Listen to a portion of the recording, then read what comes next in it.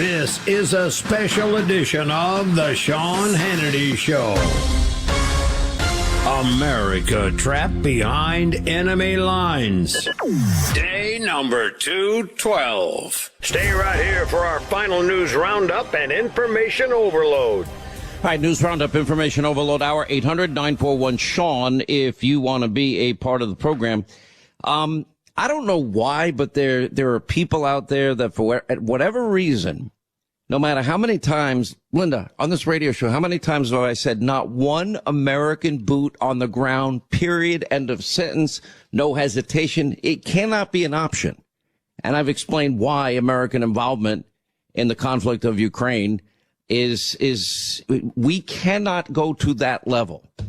But we've got to, you know, if you have a conscience and you have a soul and you're seeing mass graves and men, women, and children laying in the street, carrying their luggage because they're trying to escape Russia's invasion, and they're being mowed down in the street, when you got, you know, a maternity hospital bombed out, when you got entire neighborhoods bombed out, and you've got all of these innocent people being killed, I would think if you have a conscience and a soul, that if the Ukrainians show that they are willing to fight for their own country, it's a good idea to stop someone overtaking a sovereign nation.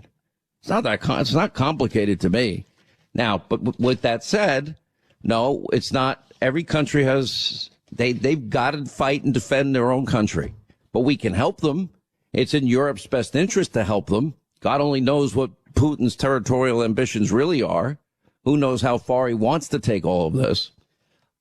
Anyway, so there is a moral component to this. Well, you're a neocon, Hannity. You want to fight the old Cold War again? I'm like, no, I don't. Not at all. But I think the reason we're seeing China warning us to stay away from Taiwan, and we're getting lectures as they fly their fighter jets over Taiwan airspace, the reason the mullahs in Iran have gotten so aggressive is because they see nothing but weakness and chaos, and it all starts with Joe Biden, and then it's the rest of the NATO alliance. They don't look particularly strong either, because they're all dependent on energy from Vladimir Putin, and they're making Russia and Putin rich again. And this is the warning that Donald Trump gave the world numerous times, as we have been playing repeatedly on this program. Now, if you look at Congressman Greg Steube, he's going to join us in a minute. He had what should America's involvement be? Now, what I don't like is they passed this huge, massive $1.5 trillion omnibus, as usual, filled with crap and loaded with pork and new Green Deal crap. That's one issue. On the other hand, they also include $13+ billion for Ukraine relief money, but only $200 million of it is earmarked towards, you know, providing the weaponry that the Ukrainians would then go out and fight and defend themselves, which ought to be the first order of business, not the last order of business. But Joe's not willing to do it. And there's many other issues involved here. It seems like, you know, Zelensky is asking Biden to ratchet up economic pressure on Moscow, and he's not willing to do that. They're not willing to allow Poland to give the fighter jets, the 28 fighter jets that they wanted to give them. And every time that, you know, now Putin is saying if he catches anybody in the West sending any weaponry to Ukraine, that is now a target for him. And then you get the fear, oh my gosh, he might use chemical or biological weapons. Oh, he might nuke us. You know, Donald Trump said it perfectly on my TV show last week. Remind Vladimir that we've got nuclear weapons too, Vladimir. We know how to hit Moscow pretty easily. Not that hard. Anyway, here's Congressman Steube. Yeah, I mean, he's really emerged as a world leader, which is interesting given his background. He was like a comedian or an actor or something before he got elected. But he has certainly stepped up and done exactly what you expect a leader of a country who's being attacked by a dictatorship, evil regime to do. He's out there wearing a bulletproof flak vest with his soldiers. He's out there trying to encourage his people to be courageous. And he's doing exactly what I wished our leaders in the White House and in the administration were doing, and portraying a very strong position of power and strength to encourage the people in the Ukraine to continue to fight against Russian aggression and beg the rest of the Western world and the United States and other countries to send him the weapons, the ammunition, the equipment, the javelins, which, oh, by the way, Trump did when Trump was president, send him javelins. Anyway, Congressman Steube of Florida joins us now. To me, that is a no-brainer. Do you agree with me under no circumstances should American troops be on the ground? Yes, 100%. And Sean, thanks for having me on. But we need to do everything within our capabilities and our power to send them the equipment and the defensive military equipment that they need to push back on Russian aggression. Wouldn't it be amazing if the $80 billion worth of military equipment that Biden and this administration abandoned in Afghanistan into the hands of a terrorist organization would have simply been shipped to the Ukraine so the Ukrainians could use Black Hawks and C-130s and all the other equipment that we left in Afghanistan? We absolutely need to give them what they need to do to defend their people against these attacks. So Biden puts all these restrictions on the energy sector, no more auctions on leases on federal lands, cancels the Keystone XL pipeline. Now, the premier of Alberta said last week that pipeline would have been done by now and that we would be able to import 900,000 barrels of oil a day from Canada. So why did we cancel that? And how does he then claim that the high price of gasoline is Vladimir Putin's cost when it was up nearly $1.50 a gallon before the war started? Well, he canceled that because he's owned by the progressive Green New Deal left.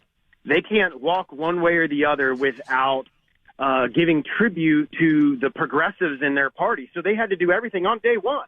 On day one, he killed the Keystone Pipeline. On day one, he killed new federal leases for oil exploration and put in a ton of regulations on our oil and gas industry to basically prohibit them from producing domestically, all while then opening up the Nord Stream 2 pipeline to Putin, which opened up billions of dollars of revenue straight into the Kremlin, which allowed Putin to do what he's doing and finance what he's doing in the Ukraine. If we would simply, today, if the White House reversed our domestic energy production executive orders that he put in place on day one, we would not be in the circumstance that we are economically. We wouldn't see the inflation that we're seeing, and we certainly wouldn't see the raise in gas prices that we're seeing all across this country, which is hurting the very people Democrats profess to care about, low and middle income earners in this country who are living paycheck to paycheck and now having to spend twice as much on gas to get to work. To me, I think it's a simple formula for the U.S., and that is get the Ukrainians the weapons. They've shown an incredible, actually inspiring resiliency, including President Zelensky, of staying and their willingness to fight for their own country. That would include javelins. That would include Stinger missiles. Why, if you're willing to give them that, why is there Joe Biden's resistance to giving them fighter jets so that they can really combat the Soviets? Because if you have a jet, you can take out a lot of their equipment on the ground, can't you? Yeah, absolutely. And you can target those convoys that are coming in and surrounding Kyiv. There's a lot of stuff that you can do with that. And Poland was willing to transfer those MiGs to them, and suddenly Biden put a stop to it. You heard Blinken, the Secretary of State, say, yes, we're absolutely doing a transfer of MiGs to Poland to give to the Ukrainians to allow their airmen to be able to fly those in defense of their country. And then suddenly the Pentagon sends out a press release saying the complete opposite. And you have cabinet members within Biden's own administration that disagree as to the policy there, and Biden just shuts it down. Well, Biden is the one that made the final decision. We reported that on this program last week. What do you say to people that say, you know what, have more of an isolationist viewpoint, which I can kind of respect? I don't want to get involved in anyone else's battles or conflicts. But at some point, when you see mass graves and you see dead kids lying in a street in a pool of blood, and all they were trying to do is escape the country because they were carrying their luggage with them, at what point do we have a moral imperative to stand up for the innocent civilians of any country in that sense? I absolutely believe that we have a moral obligation to help the citizens of the Ukraine from being intentionally targeted by the Russian military, civilians, hospitals, all civilian targets that are happening. And I believe that God has called us as a nation who has the ability, and that our nation is going to face judgment for not doing what we are morally obligated and have the ability to do, is to give them weapons, give them the ability to defend themselves against what is pure evil coming from Moscow and intentionally targeting civilian targets. I think we absolutely have a moral obligation to do that.